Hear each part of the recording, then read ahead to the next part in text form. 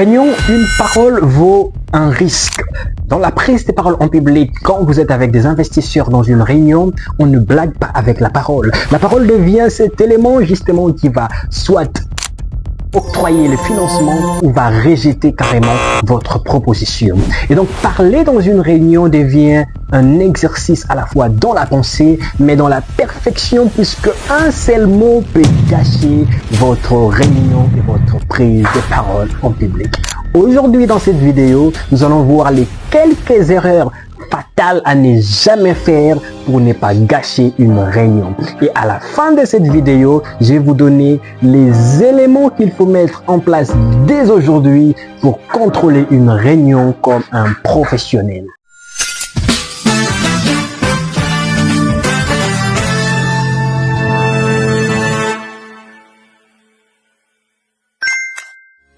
La première des choses pour réussir en tout cas dans une réunion, c'est veiller à l'écoute. Beaucoup de gens, beaucoup de littérature parlent de ce que vous devez dire, de ce que vous devez proposer, mais ne disent jamais l'élément fondamental. La clé en tout cas d'une bonne réunion, c'est l'écoute. Parce que l'écoute aiguisée, en fait, ça te permet justement à analyser quel est le tempérament de la réunion. Comment dois-je adapter mon message ou ma proposition? En prise de parole en public, le message a une seule entrée. La seule entrée que le message peut avoir, c'est l'entrée que le public le donne. Voilà pourquoi on vous dit en communication, il faut connaître son public pour avoir une bonne communication.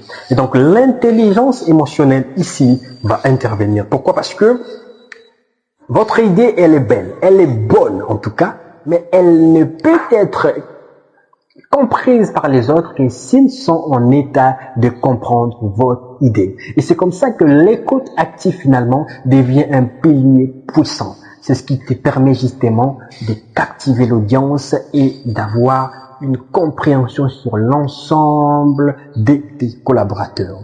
Deuxième élément pour réussir une réunion, c'est d'avoir toujours un biais d'ancrage dans la proposition.